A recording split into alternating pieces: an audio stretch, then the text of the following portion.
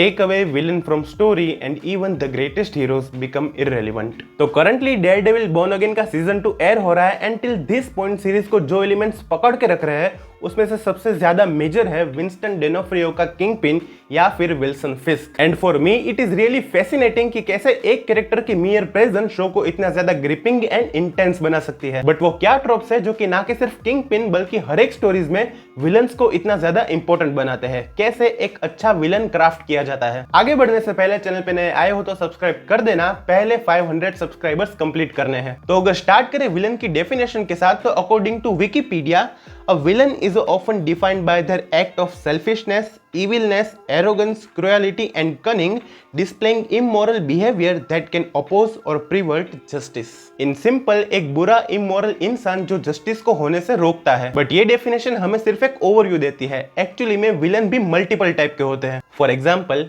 Mirror villain, constant threats and negative protagonist. Mirror villain ऐसे villain होते हैं जो स्टोरी के हीरो की एक रिफ्लेक्शन होते हैं एंड ये कुछ ऐसी कैरेक्टरिस्टिक पजेस करते हैं जो या तो हीरो से एकदम आइडेंटिकल या तो उससे पोलर अपोजिट होती है। मतलब कि यहाँ हीरो एंड विलन या तो सिमिलर आइडियोलॉजी या फिर कॉम्प्लीमेंट्री आइडियोलॉजी को शेयर करते हैं। इसका बेस्ट एग्जांपल होगा द बैटमैन मूवी में दिखाया गया बैटमैन एंड रिडलर का रिलेशन। बात करें नंबर 2 कॉन्स्टेंट थ्रेट्स की, तो ऐसे विलन मूवी में हर जगह पे अपीयर नहीं होते, बट ये generally through out the story lead characters को हंट करते हैं, जिसकी वजह से पूरी मूवी में एक कांस्टेंट फियर एंड प्रेशर का माहौल बनता है। एक फील होती है ना कि कभी भी कहीं पे से आ सकता है वो। इसका बेस्ट एग्जांपल है टर्मिनेटर 1, जहां पे टर्मिनेटर काइरिस एंड सारा कॉर्नर को हंट कर रहा होता है। नंबर 3 नेगेटिव प्रोटैगनिस्ट, मतलब कि मूवी के लीड कैरेक्टर्स ही नेगेटिव एंड ग्रे शेड को कैरी करते हैं, जहां पे जिस कैरेक्टर के पर्सपेक्टिव से स्टोरी को दिखाया जाता है या फिर जिस कैरेक्टर के अराउंड स्टोरी को बिल्ड किया जाता है उसके खुद के एक्शन ही इमोरल होते हैं। इस टाइप की स्टोरी के एग्जांपल है मूवीज जैसे कि there will be blood and Mukundan Unni Associates. और इसके अलावा भी काफी सारे टाइप के विलन होते हैं, जैसे कि टीन मूवीज में हम देखते हैं कि एक sort of bully type character होता है, या फिर कुछ विलन होते हैं जो मास्टरमाइंड होते हैं, मतलब कि वो स्टोरी में एज सच कोई एक्शन नहीं करते बट वो बिहाइंड द सीन रह के स्ट्रिंग्स को पुल करते हैं। इसका एग्जांपल है एम्परर पाल्पेटिन स्टार वॉर्स से। पर एक बात जो यूनिवर्सल ट्रूथ है कि कोई भी स्टोरी में विलन का इंपॉर्टेंस होता है रेजिस्टेंस को क्रिएट करने के लिए, जो स्टोरी के एंड गोल को अचीव करने में एक रुकावट या फिर हर्डल बनता है। और ये चीज बहुत जरूरी है, क्योंकि अगर कोई टास्क 100% प्लान के मुताबिक बिना तकलीफ के खत्म हो जाए तो हम कभी भी उस टास्क की डिफिकल्टी लेवल एंड वैल्यू को समझ ही नहीं पाते हैं। इस पॉइंट को ऐसे समझो कि व्हाट इफ इन्फिनिटी वॉर में थैनोस इन्फिनिटी स्टोन लेने निकलता एंड एवेंजर असेंबल होकर उसे पीट पीट के उसका गॉन्टलेट निकाल देते और भेज देते वापस टाइटन। इन्फिनिटी स्टोन वापस अपनी जगह पे एंड एवेंजर चले जाते शोरमा खाने। क्या मजा आता? बिल्कुल नहीं। एक वेल रिटन विलन स्टोरी में ऐसे चॉइसेस एंड चैलेंजेस को लाता है जो हीरो की बाउंड्री को पुश करते हैं, और जब स्टोरी का लीड कैरेक्टर इन सारे चैलेंजेस को कंप्लीट करता है तब उसके लिए हम एक सेंस ऑफ रिस्पेक्ट फील कर पाते हैं, उसे हम आइडियलाइज कर पाते हैं। ल्यूक स्काईवॉकर क्यों पसंद है? क्योंकि उसके सामने डार्थ वेडर था। टर्मिनेटर का T-800 क्यों पसंद है? क्योंकि उसके सामने T-1000 जैसा थ्रेट था। बट ये तो सारे आंसर हो गए कि कैसे स्टोरी में एक विलन इंपॉर्टेंट होता है।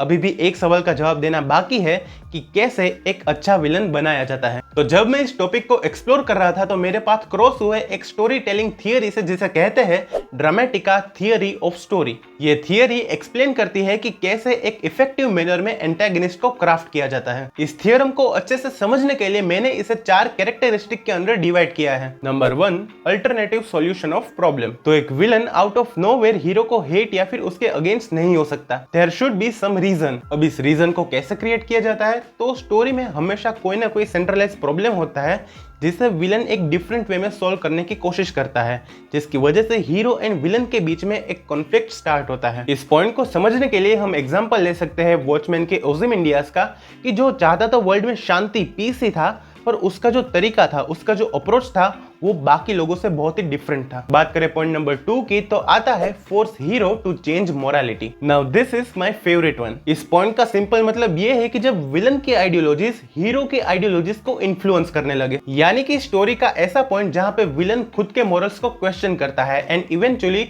उस पे रीथिंक करके उसे मॉडिफाई करता है एंड नए मॉरल्स को अडेप्ट करता है। एंड बिल्कुल इसी तरीके से सिनेमा में कैरेक्टर को स्कल्पचर किया जाता है, उसे डेवलप किया जाता है। एंड विदाउट एनी डाउट इस चीज का सबसे बेस्ट एग्जांपल है डार्क नाइट का जोकर, जहां पे वो बैटमैन को ट्रिक करके रेचल के बदले हार्वी डेंट का एड्रेस देता है और ये बात प्रूफ कर देता है कि जब टाइम आएगा तब बैटमैन भी अपने मोरल्स को साइड में रख के अपनी प्रायोरिटीज को बचाएगा। या फिर कैसे जोकर हार्वी डेंट के मोरल्स को मैनिपुलेट करता है और एंड में उसे एक विलन बना देता है। नंबर 3, कंसिस्ट बिलीफ, मतलब कि एक क्लियर एंड कंसिस्टेंट मोटिवेशन होना। एक कैरेक्टर की रिस्पेक्ट तभी की जाती है जब उसके थॉट्स एंड एक्शन में इंटीग्रिटी हो, एंड यही रूल विलन पे भी लागू होता है। उनके गोल एकदम लाउड एंड क्लियर होने चाहिए और अपना पूरा स्टोरी आर्क उस गोल को अचीव करने के लिए डेडिकेटेड होना चाहिए। इस पॉइंट का एग्जांपल है थैनोस, जिसका बस एक ही गोल था कि यूनिवर्स की आधी पॉपुलेशन को हटा के बैलेंस को रिस्टोर करना है, और इस गोल को अचीव करने के लिए वो हर हद तक जाएगा। इवन उसने खुद की डॉटर को भी सेक्रीफाइस कर दिया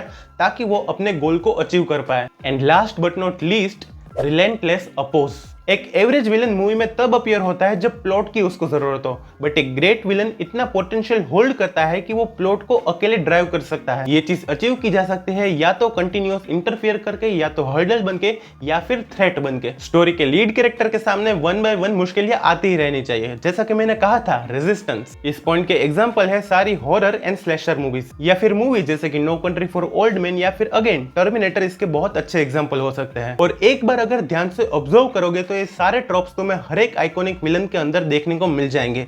फिर चाहे वो डार्क नाइट का जोकर हो, शोले का गब्बर सिंह हो, मिस्टर इंडिया का मोगेम्बो हो, या फिर डेयरडेविल का किंगपिन ही क्यों ना हो, हर एक में ये सारे ट्रॉप्स होते ही है। तो एज अ फाइनल वर्डिक्ट मैं बस इतना ही कहना चाहूंगा कि ये चीज बहुत ही लॉन्ग हिस्ट्री है कि जितना अच्छा विलन होता है उतना अच्छा हीरो निखर के आता है। And I think at a core हमें ये बात हमेशा से फील होती है, ये बात हमें पता होता है, पर कभी भी हम ये क्वेश्चन नहीं करते कि क्यों विलन जो है वो इतने ज़्यादा इंपॉर्टेंट होते हैं और क्या वो कैरेक्टरिस्टिक होती है जो उन्हें इतना इंपॉर्टेंट बनाती है। तो बस आज के लिए इतना ही। आई होप कि आपको वीडियो पसंद आया होगा। आपके कौन सा विलन फेवरेट है, आपको उनकी कौन सी कैरेक्टरिस्टिक पसंद है, प्लीज़ मुझे कमेंट्स में लिखना मत भूलना। जब भी कमेंट करता हूँ मुझे बहुत ही ज़्यादा अच्छा लगता है। इसके अलावा वीडियो पसंद आया है तो वीडियो को लाइक करना मत भूलना। चैनल पे नए आए हो तो सब्सक्राइब करना मत भूलना। पहले 500 सब्सक्राइबर्स कंप्लीट करने हैं। कुछ भी अच्छा लगा या फिर कुछ भी सजेशन है तो वो भी मुझे कमेंट में लिखना मत भूलना। एंड हाँ, मैं चला आईफोन क्वालिफाइंग देखने, तो मिलते हैं नेक्स्ट वीडियो में किसी थियरीज के साथ, किसी ब्रेकडाउन के साथ। पर तब तक के लिए गुड बाय।